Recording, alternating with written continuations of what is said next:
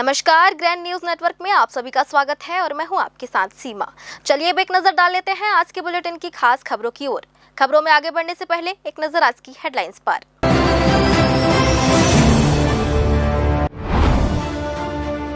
बिलासपुर में जमीन घोटाले का अनोखा खेल, 1928 का भूस्वामी कागजों में बना 46 साल का जवान।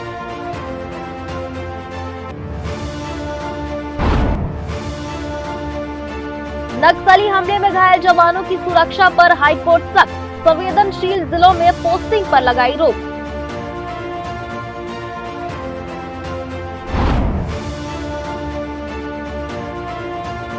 गर्मी की छुट्टियों में रेल यात्रियों की बढ़ेगी परेशानी, ट्रैफिक ब्लॉक के चलते कई ट्रेनें रद्द।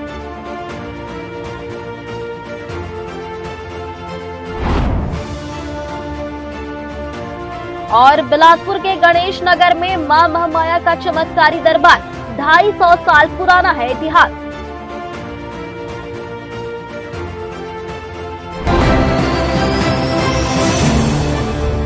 ये थी हेडलाइंस और अब खबरें विस्तार से। बिलासपुर में जमीन घोटाले का एक ऐसा सनसनीखेज मामला सामने आया है जो सरकारी सिस्टम की सुरक्षा और राजस्व रिकॉर्ड की पारदर्शिता पर बड़े सवाल खड़े करता है। यहाँ भूमाफियाओं ने शातिर तरीके से 1928 में दर्ज एक मृत व्यक्ति को 2023 में कागजों में न केवल सिर्फ जिंदा कर दिया बल्कि उसे 46 साल का युवक बताकर जमीन का नामांतरण भी अपने पक्ष में करा लिया। मुर्दे को कागजों में जिंदा कर करोड़ों की जमीन हड़पने का यह खेल अब प्रशासन की रडार पर है। आइए देखते हैं पूरी खबर। वास को बेच दी गई। इस पूरी प्रक्रिया में कागजों का ऐसा मायाजाल बुना गया कि जमीन हाथों हाथ ट्रांसफर कर दी गई। सिरगिट्टी गांव में एक ज़मीन है, खसरा नंबर 570। ये मेरे परदादा के समय से आनंदी प्रसाद, कौशल प्रसाद, तिलक राम जो हमारे परिवार के सदस्य रहे हैं उनकी संपत्ति रही है।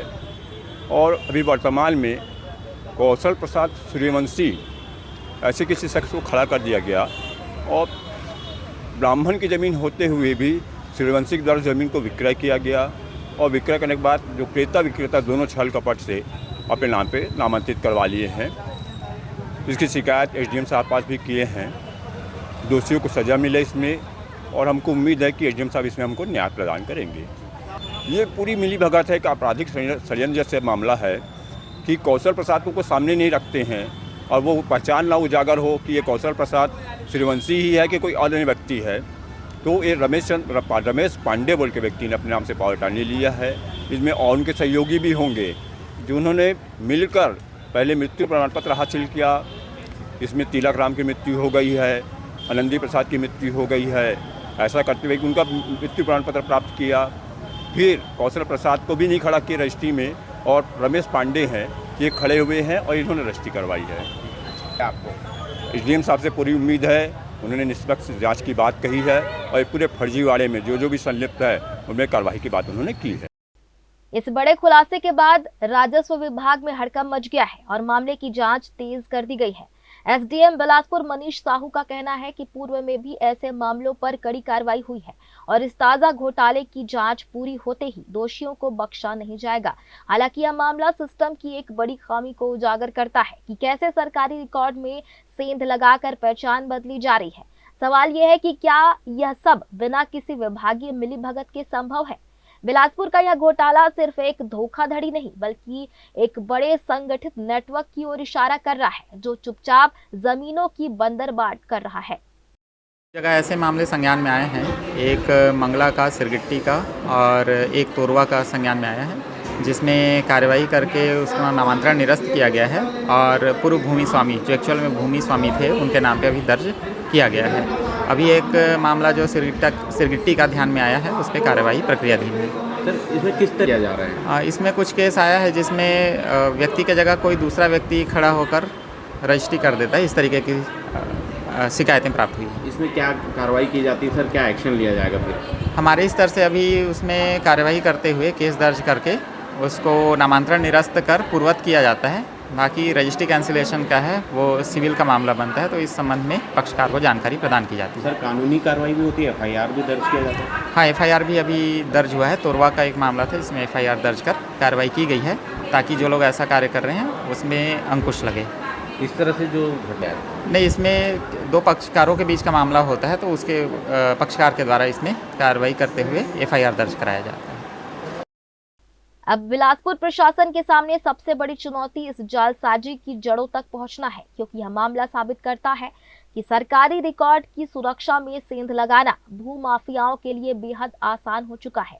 कागजों में मृत व्यक्ति को पुनर्जीवित कर जमीन बेचने का यह दुस्साहस बिना किसी उच्च स्तरीय मिली भगत के संभव नहीं लगता। फिलहाल पीड़ित पक्ष की शिकायत और राजस्व विभाग की सक्रियता के बाद, जिससे आने वाले दिनों में कई सफेद पोश चेहरों से नकाब उतरने की उम्मीद है। देखना होगा कि प्रशासन दोषियों को जेल की सलाखों के पीछे भेजकर इस बेची गई जमीन पर क्या सख्त रुख अपनाता है। ग्रैंड न्यूज के लिए कैमरामैन अमर ध्रुव के साथ पिंटू दुबे की रिपोर्ट। महासमुंद जिले के प्रसिद्ध खल्लारी मंदिर में चैत्र नवरात्रि के चौथे दिन एक बेहद दर्दनाक हादसा हो गया। यहां दर्शनार्थियों को ले जा रहा रोपवे अचानक टूट गया, जिसकी वजह से एक 28 वर्षीय महिला की मौत हो गई और कई लोग घायल हो गए हैं। गंभीर रूप से घायल 4 लोगों को प्रारंभिक उपचार के बाद रायपुर रेफर कर दिया गया है। आइए देखते हैं क्या है पूरा मामला। आज सुबह करीब 10 से 11 बजे के बीच माता खल्लारी के दर्शन के लिए रायपुर के टिकरापारा, राजा तालाब और दलदल सिवनी से आए परिवारों के सदस्य रोपवे पर सवार हुए थे। खल्लारी माता मंदिर की ओर से एक रोपवे ट्रॉली लगभग 6 से 700 फीट की ऊंचाई से नीचे आ रही थी, जिसमें 7 लोग बैठे थे। वहीं दूसरी ट्रॉली नीचे से ऊपर जा रही थी। ऊपर जा रही ट्रॉली अभी 30 से 35 फीट ही ऊपर पहुंची थी और ऊपर से नीचे आ रही ट्रॉली लगभग 100 फीट की ऊंचाई पर थी। तभी अचानक रोपवे की तार की डोर टूट गई। सुबह 10 बजे की घटना है। खल्लारी मंदिर में रोपवे चलता है, जिसमें 17 लोग घायल हुए। 17 में से एक की डेथ हुई है, जो रायपुर की निवासी है आयुषी। घायल हुए हैं 16 लोग, उसमें से 4 को रायपुर रिफर किए हैं, बाकी को कम चोट आई है, तो उनका ट्रीटमेंट के बाद अभी उनको भी डिस्चार्ज कर दिया जाएगा। ये घटना किस वजह से हुई है ये स्पष्ट नहीं हो पाया है। उसके संबंध में जांच चल रही है, उसके बाद आगे की कार्रवाई की जाएगी। तार टूटते ही ऊपर से नीचे आ रही ट्रॉली पहाड़ के नीचे एक बड़ी चट्टान पर जा गिरी। इस ट्रॉली में सवार 7 लोगों में से 28 वर्षीय महिला आयुषी साटकर की दर्दनाक मौत हो गई, जबकि अन्य लोग गंभीर रूप से घायल हो गए। वहीं नीचे से ऊपर जा रही दूसरी ट्रॉली भी 20 से 25 फीट की ऊंचाई से धड़ाम से नीचे आ गिरी। इस ट्रॉली में 10 लोग सवार थे, जिन्हें चोटें तो आई है, लेकिन वे गंभीर स्थिति में नहीं हैं। और आज एक दुखद घटना हमारे यहाँ हुई है, जो कि हमारे ब्लॉक में खल्लारी करके खल्लारी एक मंदिर है, खल्लारी स्थापना, वहाँ एक रोपवे के गिरने की दुखद घटना हुई। उस दुखद घटना में एक महिला की मृत्यु हुई है और टोटल 17 केसेस आए, जिसमें एक महिला की मृत्यु हुई है और 8 लोगों को चोट लगी है।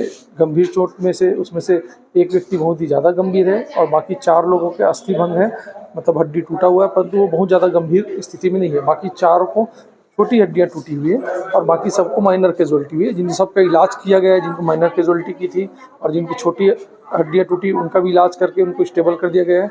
जो 4 व्यक्ति थे जिनको गंभीर चोट सी थी, उनको प्राइमरी उपचार देके अभी रायपुर के लिए रिफर किया गया है। 4 में से एक व्यक्ति की स्थिति थोड़ी सी गंभीर है, उनका खून थोड़ा ज़्यादा भर है, बाकी 3 की स्थिति स्टेबल है। अभी हमारे पास 9 लोग भर्ती हैं। हाँ, जो सामान्य स्थिति सर, वो कैजुअलिटी में ही कहीं गिरी है। उनको प्राइमरी रूप से देखने से ऐसा लग रहा है कि गिरने की वजह से उनके सिर और कमर के पास चोट आया है और अभी उनका पोस्टमार्टम होना है। वो उनको मृत घर भिजवा दिया गया। अभी 5-10 मिनट में हम लोग पोस्टमार्टम स्टार्ट करेंगे तो स्थिति और भी क्लियर होगी।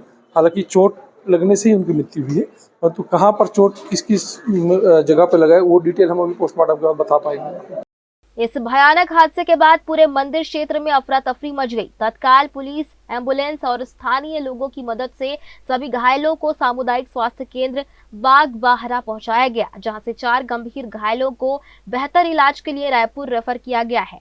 हादसे के पीछे की असली वजह क्या रही है, इस पर जिला कलेक्टर ने तत्काल प्रभाव से जांच के आदेश दे दिए हैं। घटना की सूचना मिलते ही पुलिस अधीक्षक प्रभात कुमार अतिरिक्त कलेक्टर रवि साहू और एसडीएम नमिता मारकोले सहित कई प्रशासनिक अधिकारी घटना स्थल पर पहुंच गए। Bureau report, Bilaspur. तोरवा थाना क्षेत्र के चौकसे कॉलेज में छात्र पर पटाखा फेंकने की सनसनीखेज घटना अब पुलिसिया कार्रवाई की जद में आ गई है, जहां 20 मार्च 2026 को आरोपी छात्र के खिलाफ एफआईआर दर्ज की गई है। प्राप्त जानकारी के अनुसार यह पूरी घटना 19 मार्च को दोपहर करीब 3 बजे कॉलेज कैंटीन परिसर में घटित हुई, जब प्रथम वर्ष का छात्र रुद्र नारायण सोनी अपने मित्रों के साथ बैठा था। इसी दौरान तरुण कश्यप नामक छात्र ने वहां पहुंचकर बिना किसी कारण के रुद्र नारायण की ओर जलता हुआ पटाखा फेंक दिया, जिससे उसकी आंख में गंभीर चोट आई। घायल छात्र को तत्काल सिम्स अस्पताल बिलासपुर में भर्ती कराया गया, जहां उसका उपचार जारी है। घटना के बाद पीड़ित की माता संतोषी सोनी ने थाने पहुंचकर लिखित शिकायत दर्ज कराई, जिसके आधार पर पुलिस ने भारतीय न्याय संहिता की धारा 118(1) के तहत अपराध पंजीबद्ध कर लिया है। तोरवा पुलिस ने आरोपी की पहचान पुख्ता कर ली है और पूरे मामले की गंभीरता से विवेचना की जा रही है, ताकि परिसर में सुरक्षा और अनुशासन सुनिश्चित किया जा सके। एक स्कूल में पढ़ने वाला लड़का है रुद्र नारायण सोनी करके, वो सेकंड ईयर का छात्र है। कैंटीन में बैठा था नाश्ता वास्ता करने के लिए, तो उसी के साथ में पढ़ने वाला एक लड़का तरुण कश्यप करके, वो गोंदली फटाका रहता है, उसको उसी की तरफ फेंक दिया जला के, तो उससे उसके आँख में चोट वगैरह आई है। सिम्स अस्पताल में भर्ती होकर अपना इलाज करा रहा है। उसकी माँ जो है रिपोर्ट करने थाना आई थी, उसकी रिपोर्ट पे अपराध दर्ज कर लिया गया है। विवेचना की जा रही है। नामजद आरोपी है, गिरफ्तारी कार्रवाई तत्काल कर ली जाएगी। मतलब ये एक अनजाने में संभावना है या बदमाशी है, अभी क्लियर नहीं कर पाई है उसकी माँ जो है। हाँ, उसकी जाँच मतलब अभी पीड़ित का कथन नहीं हुआ है, जिससे पता चला कि पुराना उनका झगड़ा हुआ था या था, तो जाँच का मैटर है। छत्तीसगढ़ की ऊर्जाधानी कहे जाने वाले कोरबा शहर से इंसानियत को शर्मसार करने वाला एक मामला सामने आया है। बीती रात करीब 1:45 बजे पुराना बस स्टैंड स्थित अनंत इमेजिन के पास एक रईसजादे ने नशे की हालत में एक बुजुर्ग चौकीदार की बेरहमी से पिटाई कर दी। मिली जानकारी के अनुसार अंश अरोरा नामक इस युवक ने शराब के नशे में धुत होकर बिना किसी कारण के ड्यूटी पर तैनात बुजुर्ग चौकीदार को पहले भद्दी गालियां दी और फिर उन पर टूट पड़ा। आरोपी ने बुजुर्ग को तब तक पीटा जब तक कि वह अधमरा नहीं हो गया। यही नहीं, चश्मदीदों के अनुसार युवक ने नशे में चूर होकर चौकीदार के ऊपर शराब डालकर आग लगाने जैसी डरावनी धमकी भी दी। कोरबा में बढ़ते इस प्रकार के अपराधों ने स्थानीय पुलिस प्रशासन की कार्यप्रणाली पर गंभीर सवाल खड़े कर दिए हैं। शहर में रईसजादों की बढ़ती गुंडागर्दी और पुलिस की कथित चुप्पी से आम नागरिकों में भारी आक्रोश है। अब देखना यह होगा कि प्रशासन इस रईसजादे के खिलाफ सख्त कार्रवाई कर कानून का इकबाल बुलंद करता है या फिर यह पूरा मामला रसूख के तले दबकर रह जाता है। बिलासपुर शहर में लगातार बढ़ते वाहनों के दबाव और चरमराती ट्रैफिक व्यवस्था को लेकर अब गंभीर सवाल खड़े होने लगे हैं। शहर के 22 प्रमुख चौक चौराहों पर सिग्नल तो लगा दिए गए हैं, लेकिन जमीनी हकीकत ये है कि सड़कें आज भी सकरी हैं और पार्किंग की सुविधाओं का घोर अभाव बना हुआ है। बुनियादी ढांचे और सड़कों के चौड़ीकरण पर ध्यान दिए बिना ही यातायात विभाग द्वारा चालान की कार्रवाई में तेजी ला दी गई है, जिससे आम जनता के बीच भारी नाराजगी देखने को मिल रही है। पिछले 2 वर्षों में लाखों रुपए के चालान काटे गए हैं, जिसे लेकर स्थानीय लोगों का आरोप है कि नगर निगम और ट्रैफिक विभाग केवल राजस्व वसूली पर ध्यान दे रहा है, जबकि यातायात सुधार के लिए ठोस प्लानिंग और सड़कों के विस्तार की सख्त जरूरत है। विशेषज्ञों और नागरिकों का मानना है कि जब तक शहर के विस्तार और ट्रैफिक मैनेजमेंट को बेहतर नहीं बनाया जाएगा, तब तक केवल जुर्माने की कार्रवाई से व्यवस्था सुधरना मुमकिन नहीं है। अब देखना होगा कि प्रशासन केवल चालान के आंकड़े बढ़ाता है या धरातल पर सड़कों और पार्किंग की स्थिति सुधारने के लिए कोई ठोस कदम उठाता है। वायलेशन की जा रही है, उस पर तत्काल ही रजिस्टर्ड मोबाइल नंबर पर SMS भेजा जा रहा है, जिसके चालानी कार्रवाई के संबंध में, और साथ ही साथ कुछ दिनों पश्चात जो हमारे पोस्ट ऑफिस है, जहां से उनके जो निर्धारित जो पता है, वहां पर भी ये चालान की कॉपी जा रही है और इस तरीके से लगातार कार्रवाइयाँ की जा रही हैं। जिले में 22 जगह पर 500 से अधिक कैमरे इंस्टॉल्ड है, जिनके द्वारा लगातार ऐसे वाहन चालक जो यातायात नियमों को उल्लंघन करते हैं सभी चौक चौराहे प्रमुख मार्गों पर उन पर निगरानी रखी जा रही है और इस तरीके से जो है चालानी कार्रवाई की जा रही है। साथ ही साथ हमारे जो PS सिस्टम है, जिसके माध्यम से लगातार अनाउंसमेंट करके आम नागरिकों को यातायात नियमों के पालन के संदर्भ में सजग किया जा रहा है। साथ ही साथ यातायात से संबंधित किसी भी प्रकार का जो संदेश है, इन जो PS सिस्टम है उसके माध्यम से लोगों को जागरूक किया जा रही है। साथ ही 10 जगह पर नगर में जो LED सिस्टम लगा हुआ है वहाँ पर भी लोगों को जागरूक करने का प्रयास किया जा रहा है। इस तरीके से पूरी तरह से बिलासपुर जिला डिजिटल रूप में लोगों के जो है यातायात प्रबंधन बनाए जाने हेतु प्रयास की जा रही है। आम नागरिकों से अपील है कि जब भी वो शहर में चले सदैव यातायात नियमों का पालन करें, क्योंकि यातायात नियमों को उल्लंघन करने की स्थिति में न सिर्फ स्वयं असुरक्षित होते हैं, अभी तो वो सामने वाले जो इनोसेंट व्यक्ति होता है वो भी कई बार सड़क दुर्घटनाओं के शिकार होते हैं। अतः इन सभी बातों को ध्यान में रखते हुए सदैव यातायात नियमों का पालन करें। यातायात नियमों के तहत जो है जो सुरक्षा मापदंड बनाए गए हैं, जो सुरक्षा मानक बनाए गए हैं और जो दिशा निर्देश दिए गए हैं सड़कों पर, उन सभी का पालन करते हुए ही। फिलहाल वक्त हो चला एक छोटे से ब्रेक का। ब्रेक के बाद भी खबरें जारी रहेंगी, बने रहिए ग्रैंड न्यूज नेटवर्क के साथ। जय प्राइवेट ITI NCVT से मान्यता प्राप्त एंड ISO सर्टिफाइड 10वीं पास विद्यार्थियों के लिए 2 year electrician course, OPA 1 year course, computer operating and programming assistant course, best classroom facility, admissions open. जय private ITI, riverview colony, Koni, Bilaspur, Chhattisgarh. Break के बाद आप सभी का स्वागत है। छत्तीसगढ़ उच्च न्यायालय ने एक ऐतिहासिक और मानवीय फैसला सुनाते हुए स्पष्ट किया है कि नक्सली हमलों में गंभीर रूप से घायल हुए जवानों को उनकी शारीरिक अक्षमता के बावजूद पुनः घोर नक्सल प्रभावित क्षेत्रों में तैनात करना अनुचित है। यह पूरा मामला आरक्षक दिनेश ओगरे से जुड़ा है, जो साल 2016 में बीजापुर के पामेड़ में तैनाती के दौरान सिर में गोली लगने से गंभीर रूप से घायल हो गए थे और बाद में उनके पैर में भी फ्रैक्चर हुआ था। शारीरिक रूप से पूर्णतः स्वस्थ न होने के बावजूद पुलिस मुख्यालय द्वारा उन्हें दोबारा बीजापुर के अति संवेदनशील अदवाड़ा कैंप में पदस्थ कर दिया गया। पुलिस मुख्यालय के इस आदेश को अधिवक्ता अभिषेक पांडे के माध्यम से हाईकोर्ट में चुनौती दी गई। याचिका में तर्क दिया गया कि विभाग का यह कदम DGP द्वारा जारी उन सर्कुलरों का उल्लंघन है जिनमें घायल जवानों को उनकी क्षमता के अनुरूप ही ड्यूटी देने और मैदानी जिलों में रखने के निर्देश दिए गए हैं। मामले की गंभीरता को देखते हुए न्यायालय ने आरक्षक की सुरक्षा और स्वास्थ्य को सर्वोपरि माना।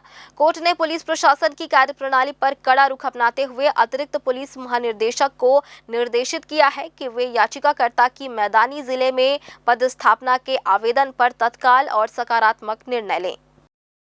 बिलासपुर हाईकोर्ट ने अंबिकापुर के 14 साल पुराने लूट के एक मामले में महत्वपूर्ण व्यवस्था देते हुए आरोपियों की रिहाई के फैसले को यथावत रखा है। आपको बता दें कि यह मामला वर्ष 2011 का है, जब बैंक से 70,000 रुपए निकालकर लौट रही महिला मुक्ति सिंह से बाइक सवार अज्ञात बदमाशों ने बैग लूट लिया था।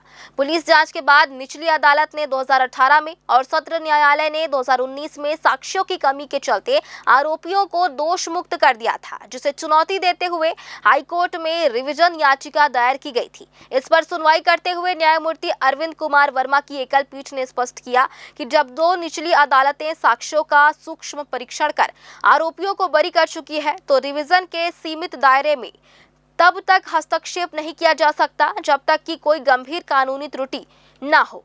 कोर्ट ने पाया कि मामले में सबसे बड़ी कमी आरोपियों की शिनाख्त को लेकर थी। ना तो उनकी टेस्ट आइडेंटिफिकेशन परेड यानी TIP कराई गई और न ही पीड़िता कोर्ट में उनकी पहचान कर सकी। साथ ही स्वतंत्र गवाहों की अनुपस्थिति और संदिग्ध बरामदगी प्रक्रिया ने अभियोजन पक्ष को और कमजोर कर दिया। इन तमाम कानूनी खामियों और साक्ष्यों के सही मूल्यांकन के आधार पर हाईकोर्ट ने याचिका को खारिज करते हुए आरोपियों की बरी को बरकरार रखा है। छत्तीसगढ़ में अवैध अफीम की खेती को लेकर सियासत अब तेज होती जा रही है और यह मुद्दा लगातार तूल पकड़ता जा रहा है। दुर्ग और बलरामपुर के बाद अब रायगढ़ जिले के तमनार क्षेत्र में भी अफीम की खेती का बड़ा मामला सामने आया है, जिससे प्रशासन और राजनीति दोनों में हलचल मच गई है। दरअसल तमनार के एक बड़े फार्म हाउस में एकड़ों जमीन पर अवैध रूप से अफीम की खेती किए जाने की जानकारी सामने आई। जैसे यह पूरा मामला सामने आया, प्रशासन ने तुरंत एक्शन लेते हुए बुलडोजर चलाकर पूरी फसल को नष्ट कर दिया। इस पूरे मामले को लेकर विपक्ष ने भाजपा सरकार पर तीखा हमला बोला है। पूर्व मुख्यमंत्री भूपेश बघेल का आरोप है कि डबल इंजन सरकार के दौर में प्रदेश में नशीली फसलों की खेती तेजी से बढ़ रही है, जो युवाओं को नशे की ओर धकेल रही है। साथ ही यह भी दावा किया जा रहा है कि पहले सामने आए मामलों में सत्तारूढ़ दल से जुड़े लोगों के नाम भी चर्चा में रहे हैं। हालांकि प्रशासन का कहना है कि अवैध खेती के खिलाफ लगातार सख्त कार्रवाई की जा रही है और किसी भी दोषी को बख्शा नहीं जाएगा। फिलहाल एक के बाद एक सामने आ रहे इन मामलों ने छत्तीसगढ़ की राजनीति को गरमा दिया है और अब यह मुद्दा आने वाले दिनों में और ज्यादा जोर पकड़ सकता है। दुर्ग बलरामपुर जिले के बाद तमनार रायगढ़ में अफीम की खेती की जानकारी मिली है। भाजपा के सरकार में, विष्णुदेव की सरकार में, डबल इंजन के सरकार में पूरे छत्तीसगढ़ के लोगों को अफीम एक गैर कानूनी और तेज नशा वाले खेती के तरफ पूरे छत्तीसगढ़ को धकेलने का काम ये सरकार कर रही है। अभी एक अपुष्ट जानकारी मिली जिसमें मुझे नगरी सिहावा में भी अफीम की खेती की जा रही है। अभी पता चला है कि भाजपा का बड़ा नेता जिसके फार्म हाउस है और फार्म हाउस के बीचों बीच 20 एकड़ ज़मीन में अफीम की खेती वो कर रहे थे और जैसे मैंने मीडिया के माध्यम से बात कही, तुरंत बुलडोजर लेके उसको नष्ट कर दिया गया, जला दिया गया है। इस प्रकार की खबरें हैं। तो लगातार एक एक करके अफीम की खेती सामने आते जा रहा है और पूरे ये 2 वर्षों में ये अफीम की खेती में बड़ी तेज़ी आई है जब से विष्णुदेव की सरकार बनी है। और इसमें भारतीय जनता पार्टी के लोगों की संलिप्तता, चाहे दुर्ग में विनायक ताम्रकर की बात करें या बलरामपुर में वहाँ के पूर्व सरपंच की बात कहें, ये सब लोग भारतीय जनता पार्टी से जुड़े हुए लोग हैं और भारतीय जनता पार्टी पूरे प्रदेश को नशा में डुबो देना चाहती है। कोटा विधानसभा क्षेत्र के अंतर्गत आने वाले ग्राम पंचायत परसा पानी के आश्रित ग्राम में आज भी ग्रामीण बुनियादी सुविधाओं के लिए तरस रहे हैं। राष्ट्रवादी कांग्रेस पार्टी यानी एनसीपी के छत्तीसगढ़ प्रदेश अध्यक्ष नीलेश विश्वास ने अपने हालिया दौरे के दौरान ग्रामीणों की इन गंभीर समस्याओं को प्रमुखता से उठाया है। उन्होंने शासन और प्रशासन की कार्यप्रणाली पर कड़ा प्रहार करते हुए कहा कि आदिवासी बहुल आश्रित ग्राम परसा पानी में पुलिया न होने के कारण ग्रामीणों का संपर्क शेष दुनिया से कट जाता है, जो कि बेहद दुर्भाग्यपूर्ण है। नीलेश विश्वास ने स्पष्ट शब्दों में प्रशासन को अल्टीमेटम देते हुए कहा कि यदि अप्रैल माह तक पुल निर्माण की दिशा में ठोस कार्य नहीं हुआ तो वे मई में अपने निजी खर्च से वहां एक वैकल्पिक पुल का निर्माण स्वयं करवाएंगे। इसके साथ ही उन्होंने लिंगियाडीह और बेलतरा क्षेत्र में वर्षों से लंबित पट्टा वितरण की समस्या को लेकर भी अपनी बात प्रमुखता से रखी और ग्रामीणों का समर्थन किया। हमारे बीच मौजूद है नीलेश विश्वास जी, जो कि एनसीपी प्रदेश अध्यक्ष हैं और हम आपको एक बड़ी बात बताने जा रहे हैं। जो एक कोटा विधानसभा क्षेत्र में आने वाले गांव है जहां पर पुल निर्माण आज तक नहीं हो पाया आज़ादी के बाद से, वहां जो आने वाले लोग उनको काफ़ी दिक्कतों का सामना करना पड़ता है। नीलेश विश्वास जी वहां खुद गए हुए थे और उस पूरे घटना के बारे में बताएंगे और अभी उनका एक बड़ा फैसला भी सामने आने वाला है, अभी वो बताएंगे। क्या कुछ कहेंगे नीलेश जी, जिस तरह से आप अभी गए थे वहाँ पे एक जगह है जी, मेरा छत्तीसगढ़ दौरा चल रहा है। इस दौरे के दरमियान कोटा विकास खंड में हम जब दौरा कर रहे थे तो ग्राम छतौना आश्रित ग्राम पंचायत परसा पानी, वहाँ का जो समस्याएं हैं वो दूरांचल है, वनांचल क्षेत्र है जहाँ आदिवासियों का बहुतुल्य है। आप खुद सोच के देखिए, प्रधानमंत्री ग्राम सड़क योजना का जो योजना का जो मूल सारांश है, जो गाँव की कनेक्टिविटी और आदिवासी गाँव के विकास, उसी के साथ साथ पीडब्ल्यूडी विभाग भी है और वन क्षेत्र होने के कारण फॉरेस्ट विभाग भी है।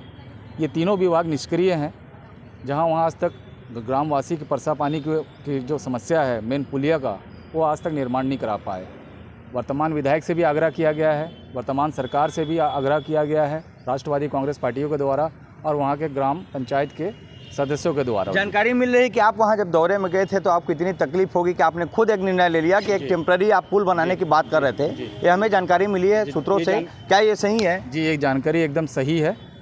आज अगर प्रशासन अप्रैल महीना तक अगर नहीं कुछ वहाँ काम करता है तो नीलेश विश्वास प्रदेश अध्यक्ष की हैसियत से राष्ट्रवादी कांग्रेस पार्टी की छत्तीसगढ़ की ओर से वहाँ एक टेम्परेरी पुल की व्यवस्था और निर्माण करने मई महीने में जरूर जा रहा है। अब जरा सोचिए, जिनकी सरकार है वो ध्यान नहीं दे रहे हैं, और ये बहुत बड़ी बात जो एनसीपी पार्टी के प्रदेश अध्यक्ष हैं नीलेश विश्वास, उनका कहना है कि अगर अप्रैल तक वो लोग निर्माण पुल का नहीं करते, एक टेम्परेरी पुल का निर्माण भी नहीं किया जाता, तो वो अपने खुद के पैसे से निर्माण कार्य का पूरा करेंगे। बेहद ही बहुत बड़ी बात है। नीलेश जी, एक और बात मैं पूछना चाहूँगा, लगातार यहाँ पे लिंगाडी वाले भी प्रदर्शन कर रहे हैं जी। ये बेलतरा की बात है, बेलतरा क्षेत्र में लिंगाडी आता है, लेकिन लगातार वहाँ प्रदर्शन के बावजूद भी 115 दिन से अधिक हो गया समय, उसके बावजूद भी वहाँ के विधायक वहाँ पे एक बार भी उनसे मिलने नहीं गए हैं। जब वोट मांगने की बात आई थी तो वहाँ पर खुलेआम मंच में बोला गया था कि आपके जहाँ घरों को तोड़ा जाएगा वहीं आपको घर दिया जाएगा या फिर आपको पट्टा वितरण किया जाए। पट्टा दिए, इन लोग पट्टे का पैसा भी ले लिया गया है निगम के द्वारा, लेकिन अब तक वहाँ पर किसी को पट्टे का वितरण नहीं किया गया है। क्या कुछ कहेंगे उसको लेकर? आपका प्रश्न बहुत संवेदनशील है, पर बहुत अच्छा सवाल है। मैं उस आंदोलन में मैं भी गया हूँ और मैं भी शरीक हुआ हूँ। मैं लिंगाडी ग्रामवासियों के पूरे समर्थन में हूँ और मैं आपकी प्रश्नों से मैं सहमत भी हूँ। जो ग्राम या शहरवासी जिस क्षेत्र में 40 साल से ज़्यादा रह रहे हैं और पट्टा देने की जब बात कहे गए हैं तो जुबान खिलाफ़ी या वादा खिलाफ़ी तो कभी कतई नहीं करना चाहिए। हम इसका घोर निंदा करते हैं। रहा सवाल माननीय विधायक जी का, माननीय विधायक जी का वो अपना व्यक्तिगत उनका राय है और व्यक्तिगत विचार है, पर जहाँ तक मेरा सवाल है, मैं राष्ट्रवादी कांग्रेस पार्टी छत्तीसगढ़ प्रदेश के अध्यक्ष के हैसियत से मैं ग्रामवासियों के साथ हूँ, लिंगाडी वालों के साथ हूँ और उनका पट्टा भी मिलना चाहिए और उनका जो भी मांग है वो सारा जायज़ है, हम उनके साथ हैं। अभी एनसीपी के प्रदेश अध्यक्ष ने अपनी बातें कह दी है कि जो उनकी मांग है उनको पूरी की जाए और वो उनके साथ है, उनका समर्थन भी है। ये बहुत बड़ी बात है। जो एनसीपी के प्रदेश अध्यक्ष है नीलेश विश्वास जी, उनका साफ कहना है कि एक और जो कोटा की बात वो कर रहे थे कि वहाँ पर एक पुल का निर्माण, जो परसा पानी गांव, वहाँ के लोगों को बहुत काफ़ी दिक्कतें होती है। अगर अप्रैल तक सरकार वहाँ पुल निर्माण नहीं करती है तो वो खुद अपने ही धन से वहाँ पे एक टेम्परेरी पुल का निर्माण करेंगे ताकि गांव वाले वहाँ पे सुचारू रूप से अपना आवागमन शुरू कर सके। कैमरामैन अमर ध्रुव के साथ पिंटू दुबे, ग्रैंड न्यूज से। बिलासपुर के बृहस्पति बाजार स्थित श्रमिक प्रतीक्षालय में रविवार को भव्य श्रमिक सम्मेलन का आयोजन किया गया। कार्यक्रम में बड़ी संख्या में श्रमिक शामिल हुए। मुख्य अतिथि के रूप में विधायक अमर अग्रवाल मौजूद रहे, जबकि अध्यक्षता महापौर पूजा विधानी ने की। जनप्रतिनिधियों ने श्रमिकों से संवाद कर उनकी समस्याओं और जरूरतों को जाना। सम्मेलन में करीब 1200 श्रमिकों की उपस्थिति दर्ज कराई गई। इस दौरान छत्तीसगढ़ भवन एवं अन्य सन्निर्माण कर्मकार कल्याण मंडल की विभिन्न योजनाओं के तहत पंजीकृत श्रमिक हितग्राहियों को कुल 1,36,88,500 रुपए की सहायता राशि डीबीटी के माध्यम से सीधे खातों में अंतरित की गई। मंच से हितग्राहियों को प्रतीकात्मक चेक भी सौंपे गए। वहीं 6 हितग्राहियों को स्वरोजगार के लिए ई रिक्शा की चाबियां वितरित की गई। कार्यक्रम के अंत में श्रमिकों के लिए भोजन व्यवस्था भी की गई। छत्तीसगढ़ भवन एवं अन्य सन्निर्माण कर्मकार कल्याण मंडल की ओर से आयोजित है। यह मंडल निर्माणी श्रमिकों के जीवन के प्रथम चरण से लेकर उनके जीवन के अंतिम चरण तक उनको सहयोग देने के सदैव तत्पर। माननीय विधायक महोदय 2008 में जब अन्य दायित्वों के साथ साथ श्रम मंत्री का दायित्व निर्वहन कर रहे थे, उसी समय इस मंडल का मंडल की स्थापना की गई थी और माननीय महोदय के निर्देशन में इस मंडल की योजनाएं निर्मित की गई थी और आज राज्य में लाखों श्रमिक इस मंडल की योजनाओं का लाभ प्राप्त कर रहे हैं। आज श्रम विभाग के द्वारा जो आपके जीवन को जो परेशानियां हैं, आपकी जीवन की कठिनाइयों को दूर कर सकती है आर्थिक सहायता के माध्यम से, योजना के माध्यम से, उसका वितरण समारोह में हम सब एकत्र हुए। ज्योति शर्मा जी अभी कुछ योजनाओं का जिक्र कर रही। बिलासपुर में जिले में काफी मात्रा में निर्माण के क्षेत्र में लगे हुए हमारे भाई और बहनें और निर्माण के अलावा दूसरी जगह अपने श्रम से अपनी जीविका चलाने वाले भाई और बहनें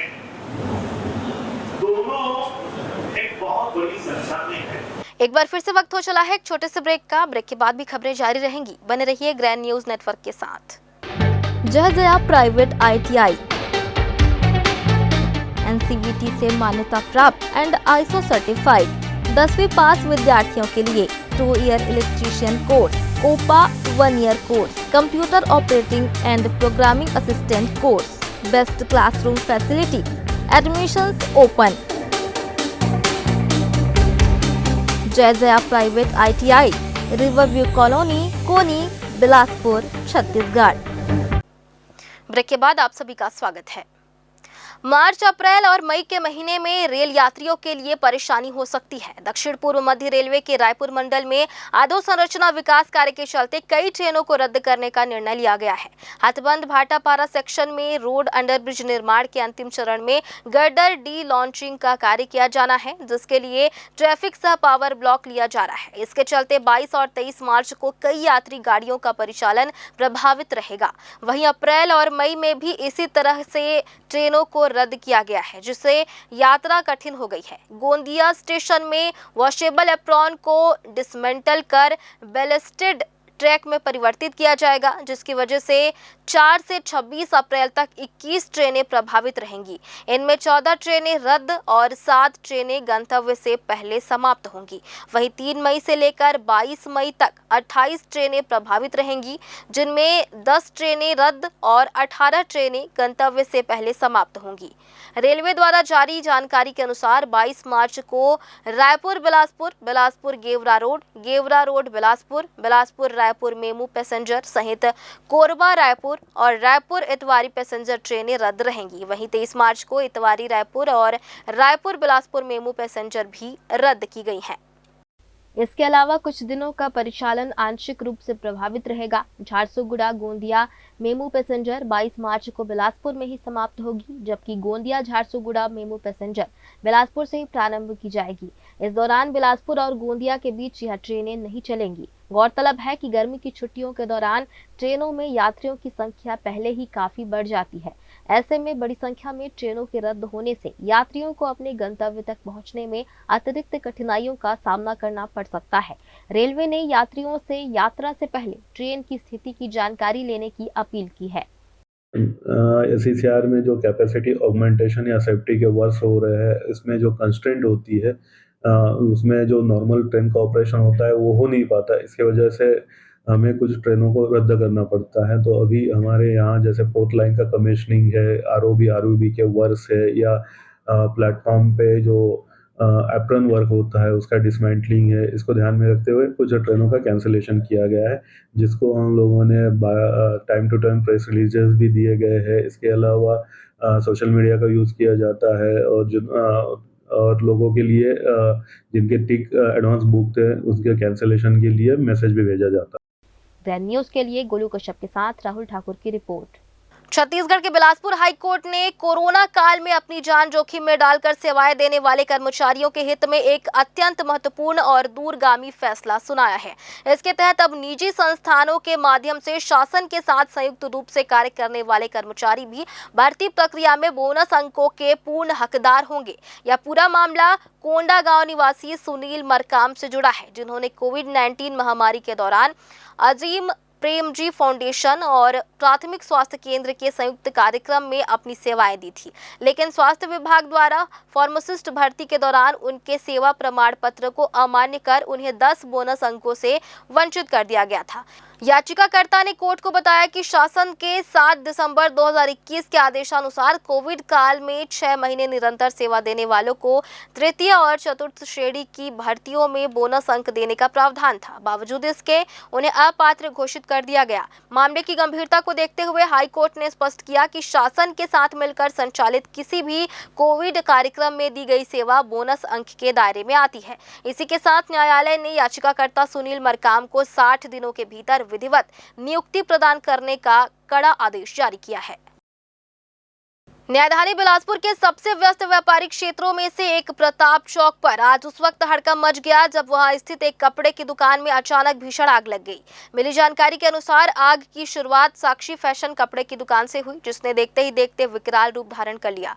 कपड़े की दुकान होने के कारण भीतर रखे ज्वलनशील सामानों ने आग को तेजी से भड़काया, जिसके परिणाम स्वरूप लपटें अगल बगल की 2 अन्य दुकानों तक भी फैल गई। घटना की सूचना मिलते ही स्थानीय पुलिस और फायर ब्रिगेड की टीम दमकल की गाड़ियों के साथ मौके पर पहुंची और फिर कड़ी मशक्कत के बाद आग पर काबू पा लिया गया है। वहीं पुलिस मामले की जांच में जुट गई है। लाखों के नुकसान की आशंका जताई जा रही है। रविवार को बस्तर संभाग मुख्यालय जगदलपुर के ऐतिहासिक लाल बाग मैदान से बस्तर हेरिटेज मैराथन 2026 की शुरुआत हुई और समापन भारत का नियाग्रा कहे जाने वाले विश्व प्रसिद्ध चित्रकूट जलप्रपात के तट पर हुआ। आयोजन को समावेशी बनाने के उद्देश्य से इसे 42 किलोमीटर, 21 किलोमीटर, 10 किलोमीटर और 5 किलोमीटर की श्रेणियों में विभाजित किया गया था। 21 किलोमीटर दौड़ पोटानार तक, 10 किलोमीटर दौड़ कुम्हरावंड तक, जबकि 5 किलोमीटर की दौड़ लाल बाग से दलपत सागर रानी घाट तक आयोजित की गई, जिसमें बच्चों से लेकर बुजुर्गों तक ने बढ़ चढ़कर हिस्सा लिया।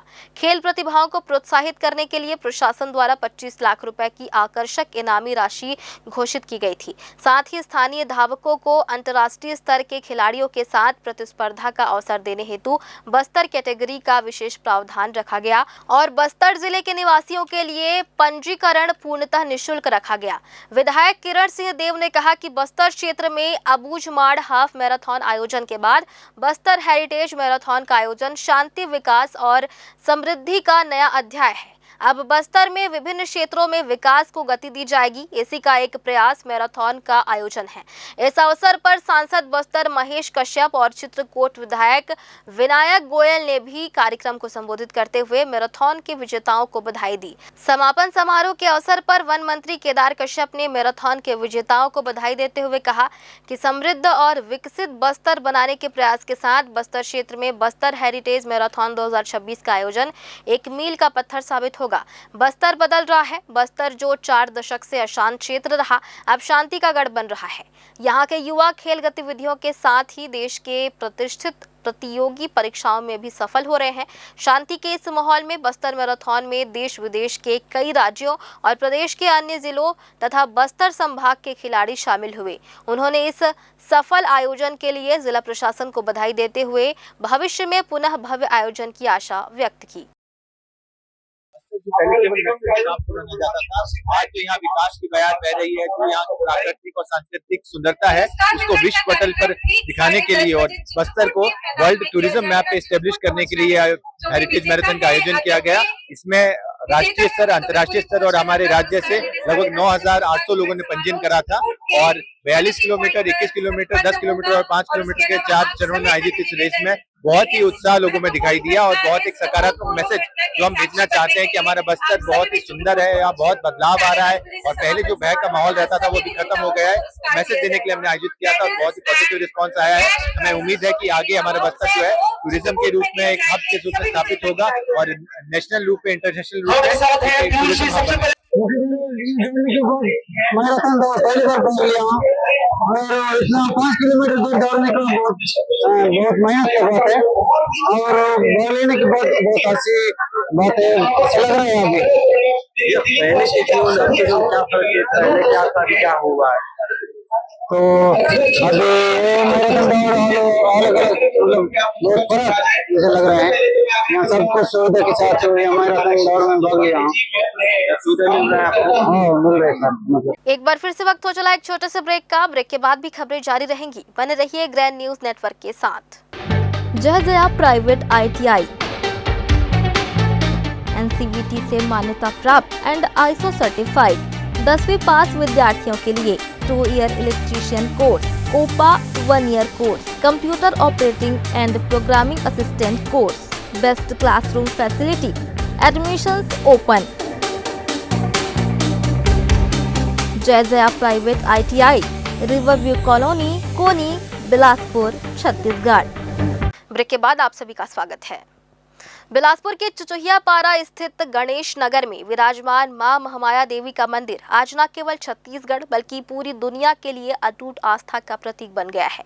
इस पावन धाम का इतिहास अत्यंत गौरवशाली और चमत्कारी माना जाता है।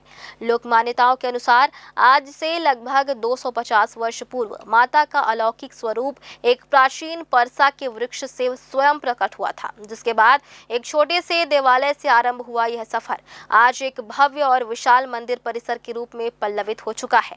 माता के इस दरबार की महिमा ऐसी है कि यहाँ आने वाला कोई भी भक्त खाली हाथ नहीं लौटता। विशेषकर संतान प्राप्ति की अभिलाषा रखने वाली निसंतान महिलाएं जब यहाँ मन्नत मांगती हैं तो ऐसी मान्यता है कि मां के आशीर्वाद से उनकी सूनी गोद भर जाती है। शारदीय और चैत्र नवरात्रि के पावन अवसर पर यहाँ भक्तों का भारी जनसैलाब उमड़ पड़ता है। यहाँ आस्था की लौ का विस्तार ऐसा है कि बिलासपुर और छत्तीसगढ़ की सीमाओं को लांघकर अन्य राज्यों सहित विदेशों से भी श्रद्धालु अपनी मनोकामना पूर्ति हेतु ज्योति कलश प्रज्वलित करवाते हैं। यह मंदिर सांप्रदायिक सौहार्द की भी एक अनुपम मिसाल है, जहां हिंदू धर्म के साथ साथ अन्य धर्मों और संप्रदायों के लोग भी पूरी श्रद्धा के साथ शीश नवाते हैं।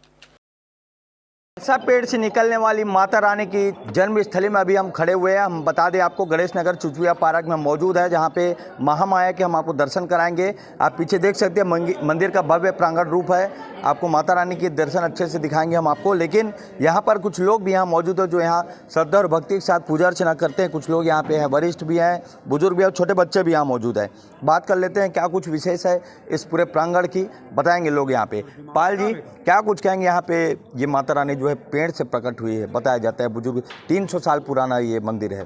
क्या है इसकी भव्यता है, थोड़ा सा बताएंगे आप? भव्यता ये है कि नवरात्रि जो होता है, नवरात्रि में लोग मनोकामना करते हैं। जैसे कई लोगों का पहले ये जैसे आस्था है कि यहाँ बहुत बीमारियाँ फैलती थी, माता वाता निकलता है ये सब। तो जब से माता का पूजा अर्चना शुरू हुआ ये सब बंद हुआ है।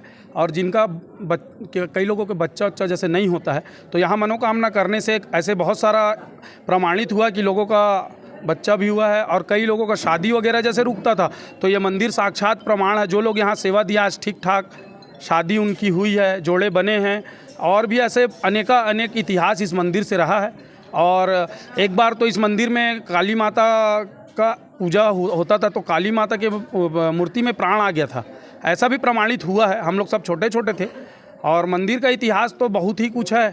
और ये पूरे आसपास के लोगों का और मोहल्ले के विशेष जो बुजुर्ग लोग हैं, इसमें सबसे ज़्यादा योगदान बुजुर्गों का रहा है। और उसके साथ साथ इस मोहल्ले की जो महिलाएं हैं, युवा है, सभी का योगदान रहा है। मैं पहले भी बताया कि यह मंदिर परिवार के रूप में लोग यहाँ सेवा करते हैं। और निस्वार्थ भाव से 9 दिन लोग ज्योति कलश जलता है। लगभग 350-400 ज्योति कलश हर बार मंदिर में जलता है। हर वर्ष 350-400 जलता, दोनों पर्व में, चैत्र में भी वासंती में भी।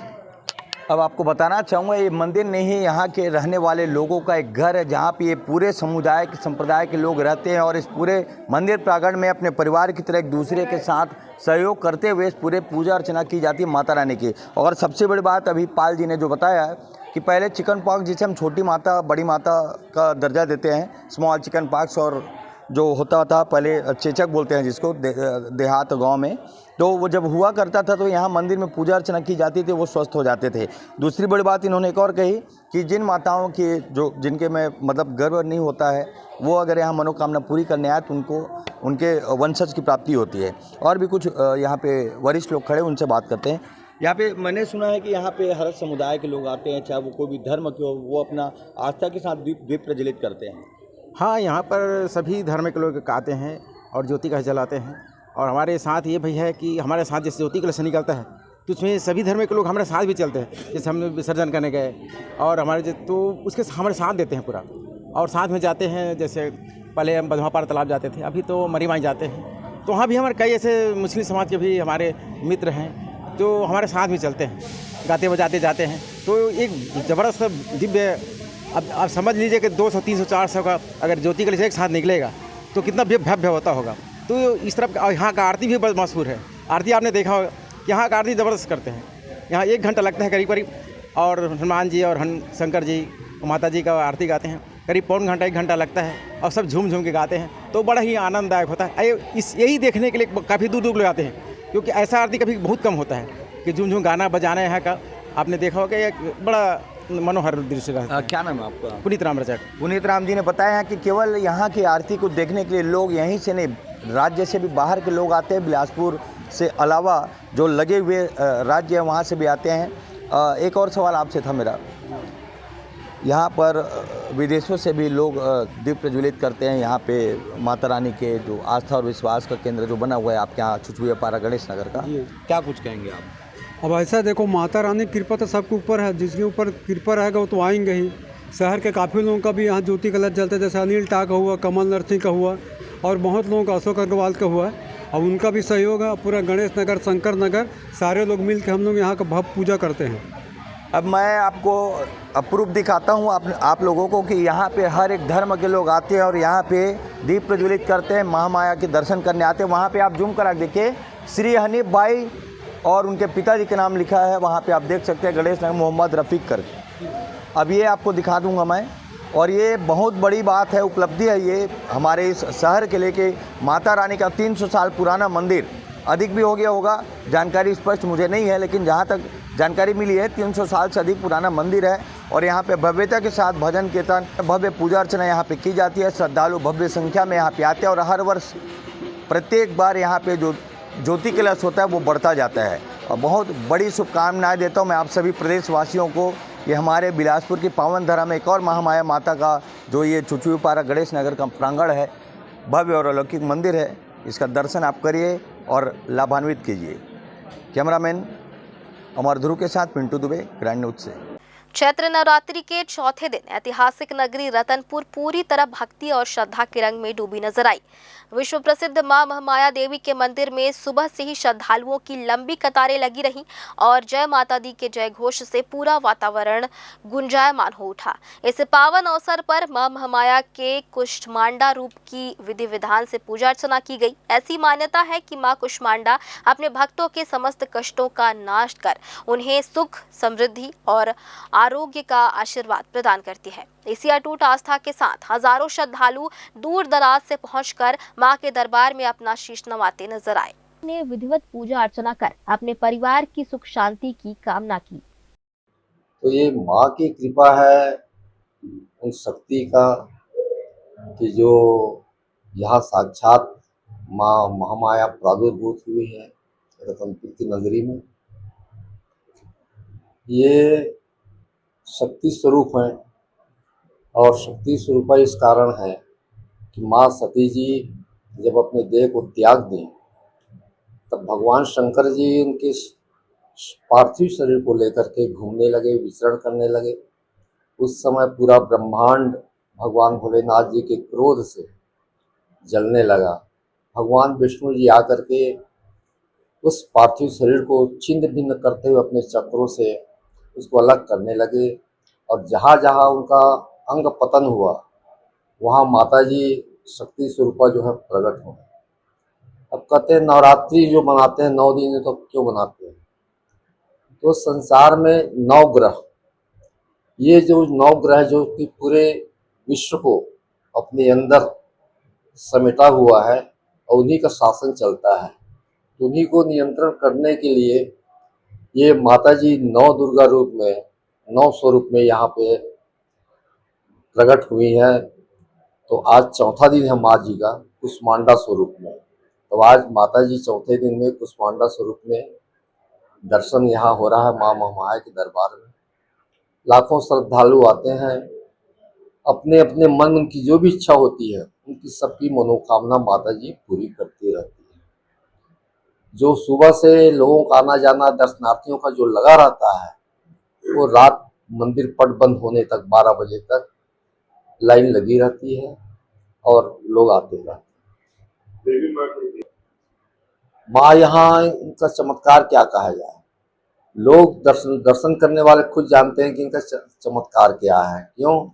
जो भी उनकी मन की इच्छा रहती है वो पूरी होती है। एक घटना मैं आपको बता रहा हूँ, आज से करीब 30-35 साल पूर्व कलकत्ता से एक व्यक्ति आया और आकर के बोला कि महाराज मेरे लड़के को मिर्गी है, इसका बीमारी का इलाज कराते कराते मैं थक गया हूँ, लेकिन इसका इलाज नहीं हो पा रहा है। माँ मुझको स्वप्न दी कि बेटा तुम रतनपुर में आओ और आकर के मुझे 1.25 किलो दूध यहाँ आ करके चढ़ाओ। तो मैं वहाँ से पूछते पूछते आ रहा हूँ महाराज, कि रतनपुर की नगरी कहाँ है, महामाया के स्थान कहाँ है। तो यहाँ आया मैं और ये अपने स्वप्न की पूरी बात को उसने बताया। अब वो व्यक्ति जो है आकर के 1.25 किलो दूध चढ़ाने के लिए वहाँ कलकत्ता उतने दूर से यहाँ आया, हजारों रुपया खर्च करके, और जैसे ही अर्पण किया और नवरात्रि के समय में पुनः आया वो और आकर के 9 दिन तक यहाँ रहा। अष्टमी को हवन हुआ, हवन के समय उसकी मिर्गी का दौरा फिर पड़ा, तो माता जी की भभूति लेकर के उनके ऊपर छिड़क दिया गया। उसके बाद आज तक उनका जो है लड़का जो है अपने रोग से मुक्त हो गया और आज भी उनकी पत्र जो है यहाँ आता रहता है, वो दर्शन करने के लिए भी आते रहते हैं। ज्योति कलश उनका हमेशा जलता है, अखंड ज्योति में आकर के पहले तो उस समय इतनी ज्योति नहीं थी, कम मात्रा में थी, तो वो अखंड दीप में जो है अपना दीप तेल दान करते थे।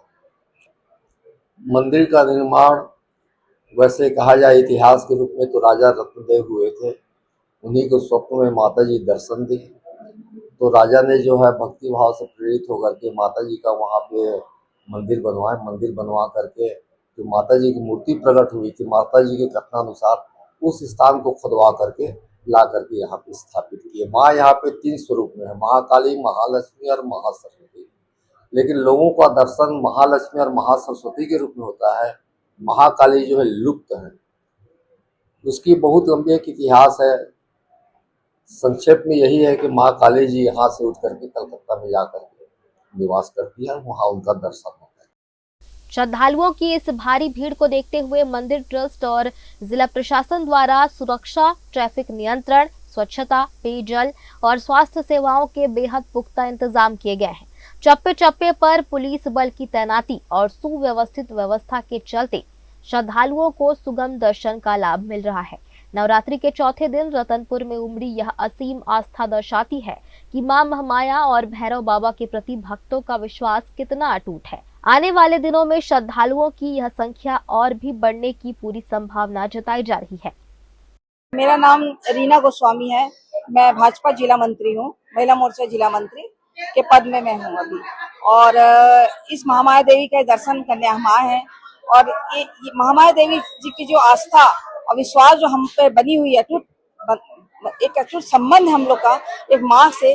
माँ हमारी हर मनोकामना पूरी करती है और हम आज 29 साल से, जब से शादी हुई है, मैं यहाँ आती हूँ दर्शन करने और मैं यहाँ अपने ज्योति कलश जलाती हूँ, जिससे माँ की हमेशा मतलब हमारी दर्शन करके हम एकदम धन्य हो जाते हैं। माँ, ये माता रानी बहुत पुरानी है, महामाया देवी माँ रतनपुर की, जो इतनी जागृत है कि इनके पास आने से हमारा पूरा हर चीज, हर मनोकामनाएं पूरी होती है। इसके लिए माँ को बहुत बहुत मैं धन्यवाद देती हूँ कि जो आज मैंने इस पद में मैं हूँ और इस पद में मैं आसीत हुई। मैं बिलासपुर में हूँ, बिलासपुर में रहती हूँ और तो महामाया के पास हमेशा दर्शन करने आती हूँ। आज से 26 साल हो गए मेरे को, हमेशा आती हूँ और माता रानी से जो भी इच्छा हम करते हैं वो पूरा होता है। अब तो श्रद्धा है हमारे साथ, वैसे आती हूँ। हाँ, उपवास रहते हैं, उपवास भी रहते हैं, पूजा पाठ, और हम हमेशा नवरात्रि के समय आते हैं दर्शन करने के लिए माता। छत्तीसगढ़ की न्यायधानी बिलासपुर के समीप स्थित बैमा नगोई गांव आज किसी परिचय का मोहताज नहीं है। 12वीं शताब्दी के इतिहास को अपने गर्भ में समेटे इस गांव की पहचान यहां स्थित मां महामाया का प्राचीन मंदिर है। मान्यता है कि यहां माता साक्षात सरस्वती के रूप में विराजमान है। यही कारण है कि इस क्षेत्र में शिक्षा और साक्षरता का स्तर हमेशा ऊंचा रहा है। आज हम आपको नगोई के इसी पावन धाम के उस रोचक इतिहास और भक्तों की अटूट आस्था से रूबरू कराएंगे, जो सदियों से इस मंदिर को खास बनाता है। आइए देखते हैं ये खास रिपोर्ट। अध्यात्म और इतिहास के संगम वाले इस मंदिर की स्थापना से जुड़ी कथा बड़ी ही रोचक है। जनश्रुतियों के अनुसार रतनपुर के राजा जब माता महामाया की प्रतिमा को रथ पर सवार कर मल्हार से रतनपुर ले जा रहे थे, तभी बैमा नगोई में अचानक रथ का पहिया टूट गया। रात होने के कारण राजा ने वहीं विश्राम किया, जहां माता ने उन्हें स्वप्न में दर्शन देकर इसी स्थान पर रुकने की इच्छा जताई। राजा ने सहर्ष माता की आज्ञा मानकर यहां भव्य मंदिर का निर्माण कराया। आज यह गांव मंदिरों, तालाबों और प्राचीन भग्नावशेषों के साथ अपनी ऐतिहासिक अस्मिता को संजोए हुए है, जहां दूर दूर से श्रद्धालु अपनी मनोकामनाएं लेकर पहुंचते हैं। बहुत प्राचीन मंदिर है, लगभग 8वीं शताब्दी के बने हुए मंदिर है। यहाँ के रतनपुर के, मल्हार के तीनों समकालीन मंदिर है और नगोई ब्यामा के जो शास्त्री परिवार है ओकर कुलदेवी मंदिर भी है। बाकी दिन में मंदिर 6 से 9 बजे तक खुले रहते हैं और नवरात्रि भर 10:30 बजे तक खुले रहते हैं और काफ़ी दूर दूर से आते हैं। शहर से मात्र 6 किलोमीटर की दूरी में मंदिर है वह। और जो भी यहाँ है सन 85 में गिरनारी बाबा यहाँ आए से और जतका भी विकास आसपास देखा था, जतका पेड़ पौधा ये सब ओकरे योगदान है। 2010 से ब्रह्मलीन हो चुके हैं, लेकिन ओकर विकास ला पूरा आसपास के क्षेत्र में दिखाई, जतका जन यहाँ आ रहे हैं ये सब ओकरे काम के प्रभाव है, जेकर वजह से यहाँ सब आ रहे हैं। भक्ति के इस केंद्र में आस्था के साथ साथ कुछ परंपराएं भी दशकों से जुड़ी है। मंदिर प्रांगण के समीप ही स्थित गुलाब शास्त्री प्रसाद भंडार इस अटूट विश्वास का एक महत्वपूर्ण हिस्सा बन चुका है।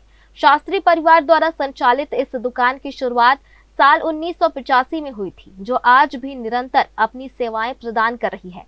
यहाँ माता के श्रृंगार से लेकर ताजे फल और विशेष प्रसाद की उपलब्धता श्रद्धालुओं की यात्रा को सुगम बनाती है।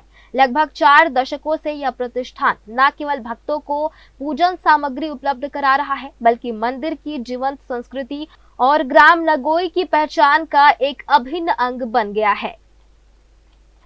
ग्रैंड न्यूज के लिए कैमरामैन अमर ध्रुव के साथ पिंटू दुबे की रिपोर्ट।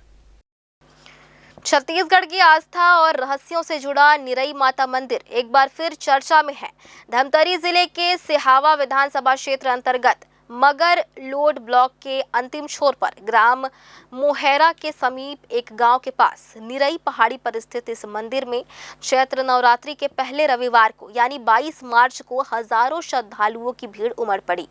मंदिर तक पहुंचने के लिए भक्तों को पत्थरों से भरे कच्चे रास्तों से होकर ऊंची पहाड़ी चढ़नी पड़ती है। कठिन मार्ग के बावजूद श्रद्धालुओं का उत्साह कम नहीं हुआ और वे नारियल व अगरबत्ती चढ़ाकर माता से मनोकामना मांगते नजर आए।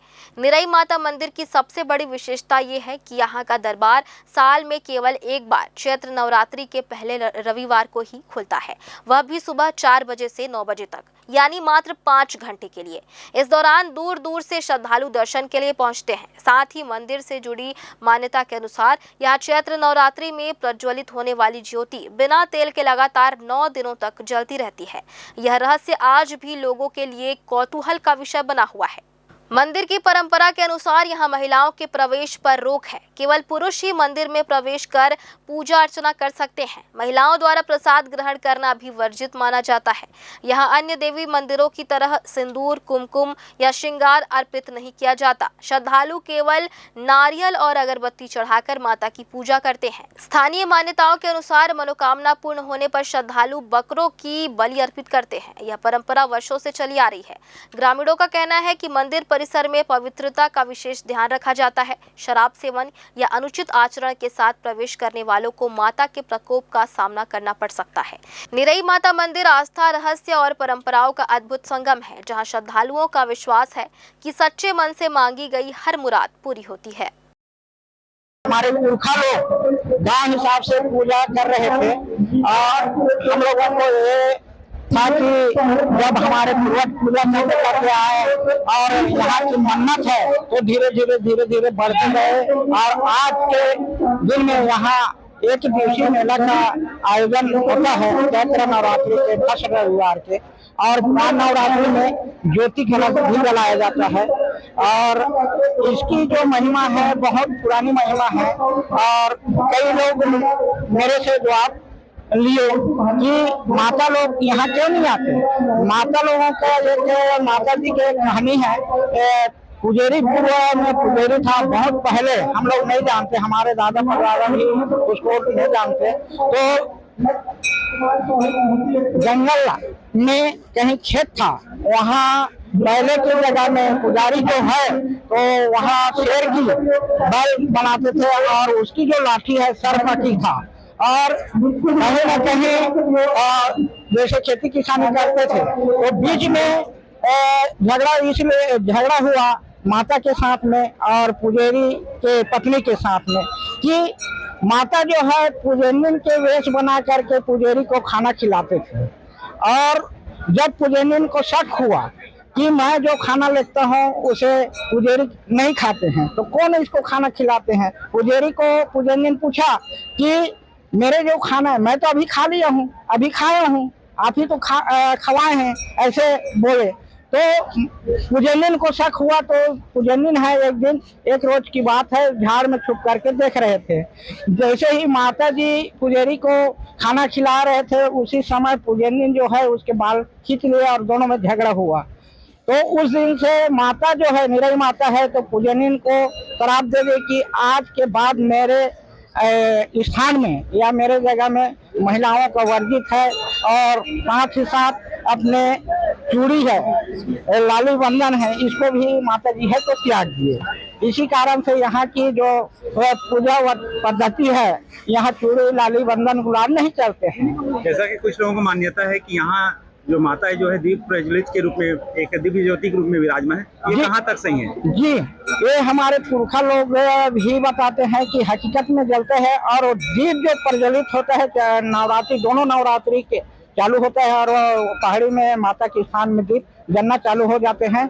और लोग कहते हैं हमें क्यों नहीं दिखाते, जिसका भाग रहता है, जिसका तकदीर रहता है, उसी को वो जोत दिखाई देता है। माता का दरबार साल में एक बार खुलता है, इसका क्या कारण है? माता की दरबार एक बार इसलिए खुलता है, जो हमारे पूर्वज लोग चैत नवरात्रि के एक ही दिन ही वहाँ पूजा करते थे, और इसलिए कि पहले जो पुजारी था वहाँ बकरा ऊपर में काटते थे, और जब पुजारी बकरा काट करके उतर गए और अपने हथियार को वहीं भुला गए, फिर पुजारी है तो नीचे से फिर पहाड़ी जाने के लिए तैयारी किए। उसी समय माता जी है तो बोले, अरे पुजारी तुम वहीं रुक जाओ, और आज के बाद मैं ये हथियार जो फेंक रहा हूँ वहाँ गिरेगा, वहीं पे बलि देना। ये जो है मांग जो है यहाँ की जो पर्यटन के हिसाब से मांग तो करते हैं, लेकिन माता जी अभी हम लोग जहाँ खड़े हैं और बात कर रहे हैं, वहाँ भी माता जी हम पहले, मैं उप सरपंच था उस समय भी निवेदन किए, लेकिन यहाँ भी मैं शासन प्रशासन के बंधन में नहीं रहूंगा कहा करके बोल दिए सिर में। सीढ़ी पसंद नहीं है, इसलिए सीढ़ी पसंद नहीं है, स्वीकार है। चैत नवरात्र के फर्स्ट रविवार को जो समिति एवं शासन प्रशासन के सहयोग से इस मेला को संचालित करते हैं, हमें शासन द्वारा पुलिस प्रोटेक्शन जैसे जल व्यवस्था है, टैंकर वगैरह ये सब दिलाते हैं, और समिति के सहयोग से ये मेला संचालित होता है।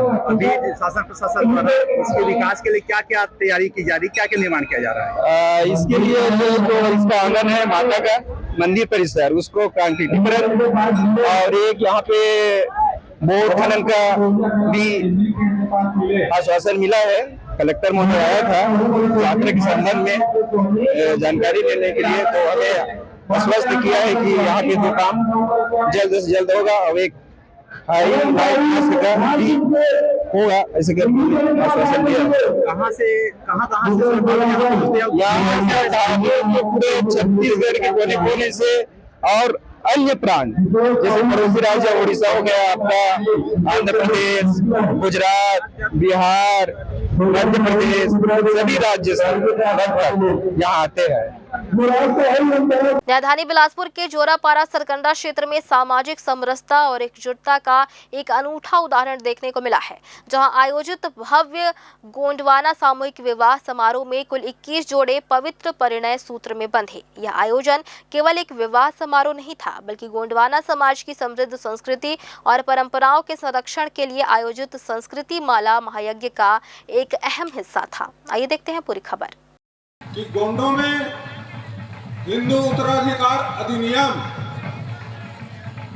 1956 लागू नहीं होता, परंतु उसे आप लोगों को सिद्ध करना पड़ेगा। जो शहर में रहते हैं, हमारे माता बहने पढ़ लिख रहे हैं, उन लोग ख्याल कर रहे, नोट कर ले इस बात को मेरा।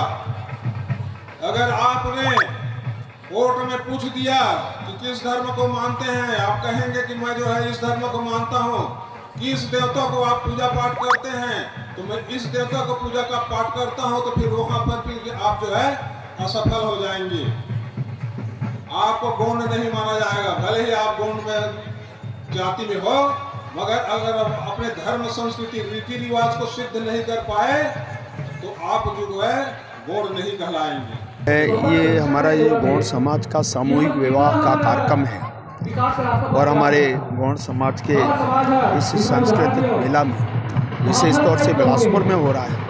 तो हमारे गुरु जी हैं, जी हैं, बाकी हमारे सभी समाज के यहाँ पर प्रमुख लोग हुए हैं और सामूहिक जो हमारा विवाह का कार्यक्रम है, हमारी संस्कृति परंपरा और इसको जीवित रखना, जो हमारी परंपरा है खास तौर से गोंड जनजाति की, वो सुरक्षित रहे, ये इसका जो मूल भाव यही है कि हमारे समाज के अंदर धीरे धीरे कई जो बदलाव हुए हैं, तो कम से कम हमारी जो मूल परंपरा है, संस्कृति है गौड़ समाज का, वो संस्कृति को जिंदा रहे, ये हमारा लक्ष्य है। और इसलिए इस प्रकार के आयोजनों में से हमारे समाज को भी एक संदेश भी जाता है और लोगों के मन में भी कभी इस प्रकार के कार्यक्रम होते हैं तो पारिवारिक कार्यक्रमों में, सांस्कृतिक कार्यक्रमों में उसका कहीं ना कहीं उल्लेख होता है और इसलिए इसको जीवित रखने के लिए हमारी संस्कृति परंपरा को, विवाह संस्कारों को हम जीवित रखना, ये हमारा लक्ष्य है और यही मूल उद्देश्य हमारा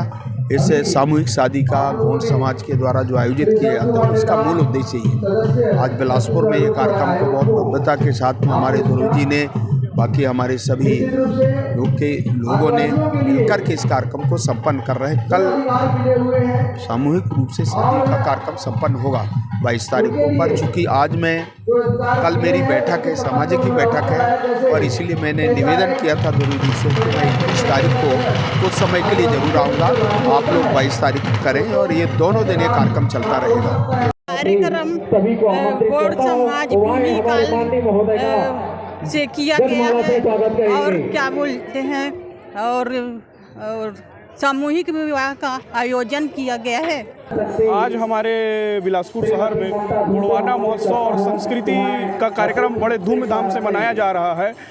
क्योंकि आदिवासी जल जंगल जमीन के रखवाले हैं और जो हमारा गौड़ समाज है वो जल जंगल जमीन की तरह विस्तृत है और हम सारे के सारे आदिवासी एक समान हैं और गौड़ जितनी भी जनजातियां हैं वो सब एक हैं। और आज हम लोग ये हमारे कार्यक्रम का प्रथम वर्ष है जिसको हम लोग आज इसको बड़े धूमधाम से मना रहे हैं ताकि इसको आगे चल करके भविष्य में बड़े बृहद रूप से और मनाया जाएगा। तो मैं यही आग्रह करूंगा हमारे गौड़ समाज के सभी साथियों से कि अधिक से अधिक बढ़ चढ़ करके इस हमारे कार्यक्रम में हिस्सा लें और इस कार्यक्रम को सफल बनाने का कष्ट करें। समाज की एकता को लेकर क्या संदेश देंगे आप? समाज की एकता को लेकर मेरा यही संदेश है कि हम सभी को, अगर हम लोग, हमारी जो पांचों उंगलियां रहती हैं वो एक अगर मुट्ठी में रहेगी तो वो बड़ी ही मजबूत दिखाई देती है और जैसे ही वो अलग होती है वो उसको अलग करना आसान है। तो ठीक उसी प्रकार हम सारे के सारे अगर एक होकर के काम करेंगे तो आगे जाकर भविष्य में कोई भी किसी भी तरीके से हमारे समाज को नहीं तोड़ सकते और हमारा समाज आगे की ओर बहुत ही तेजी से विकसित होगा। हमारे बीच में समाज के लोग जो है आपस में अलग-अलग जगह से बात करते, कोई नागरिक लोग ये हैं तो कोई और सबको एक होने की यहाँ पे बात की जा रही है। संदेश दे दीजिए। मंजुला सिंह कंवर जी का स्वागत के लिए जैसे जगह जगह शादी हो रहा है, यहाँ गुड़वाना भवन में पहली बार हो रहा है शादी, तो सभी यहाँ आके कार्यक्रम में शामिल हो और जैसे आप लोग को शादी करवाना है तो यहाँ आके शादी करवा सकते हैं। ये सब तो अभी हो रहा है। और फिलहाल आज की इस बुलेटिन में बस इतना ही। अगले बुलेटिन में फिर होगी आपसे मुलाकात। तब तक के लिए मुझे और मेरी पूरी टीम को दीजिए इजाजत। नमस्कार।